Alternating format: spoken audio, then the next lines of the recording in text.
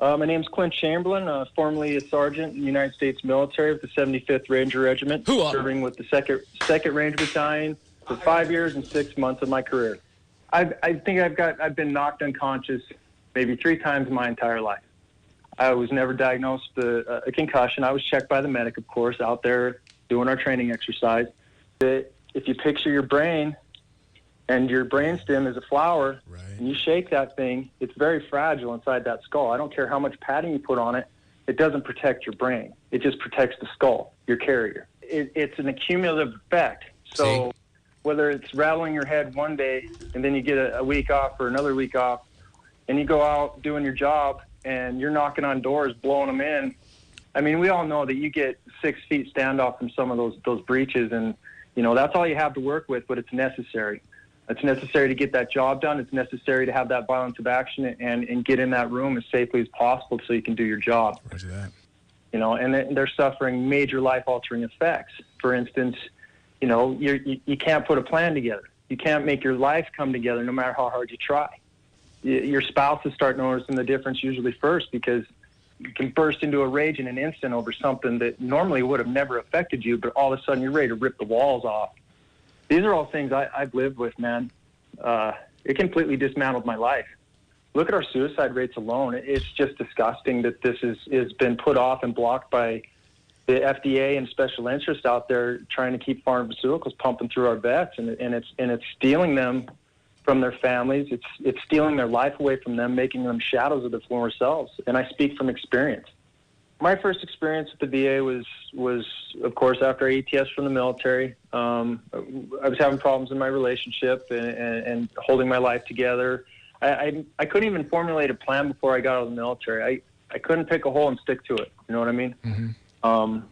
I didn't have a career path. I couldn't even think about what my next goal was going to be, or even have a dream of accomplishing anything greater. And I couldn't figure out why. I couldn't figure out why I hated myself so much, why I had such self-loathing, and started to develop these very suicidal thoughts, even if everything could have been perfect as can be, and I would still just want to step in front of a bus, man. And especially guys that were in the Spec Ops community. I mean, we were basically the pinnacle of success in the U.S. military. I mean, we took it all the way. So why would we go from being the best at something to wanting to end our lives, or not knowing what the next step is? You know, myself included, when we get out of the military, you think, you know, while I was in the military, I was successful at this, and this, and I did this, and this. And that's what I was capable of, and now we're out of the military, and all of a sudden, what's left? I couldn't see the things that other people see in me and would comment on, whether it was my ability to fix things or my ability to communicate with them. I didn't really see myself as any type of valued asset, and I started formulating a plan to take my own life.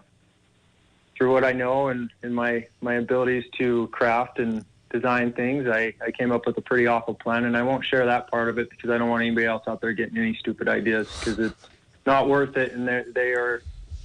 Every person out there in that deep, dark hole right now is worth the effort to try and get them the help they need. And it's hard for me to say that out loud, but I'm here to bare my soul, man. I'm not pulling any punches. I got nothing to hide, and I don't care anymore. It's time to get this message out there and save some more lives. So an old Ranger buddy of mine, so I just threw a message out there, and I plainly said, "I love you, brother." And that was it. And next thing I know, I'm getting a flood of text messages and phone calls from all sorts of old former coworkers and guys I haven't even met, and show up at my front door after driving 4 hours through a blizzard, and with a plane ticket for me to come down to Phoenix, Arizona. I'm over here in Tucson, Arizona at North Star Hyperbaric and Neurology, working with Dr. Carol Hendricks. She's an amazing person. She's going to be a lifelong friend forever. Nice. She definitely one of my best friends. She's, along with a lot of other people out there, saved my life. They got me into that chamber as soon as they could, and within 10 days, I noticed a massive difference in my disposition and my ability to function and think and maintain a positive attitude. Really kind of unbelievable and surreal at this point, because I'm 50 treatments into the hyperbarics, and I feel like my old self again before any of those experiences. Like I said, more so than I have in a decade. That's what's up. It's just amazing. It took a lot of people to get me here, and I have an overwhelming amount of gratitude, and all I really want to do is say thank you. And I love all of you, and I just want to pay this forward to show my gratitude.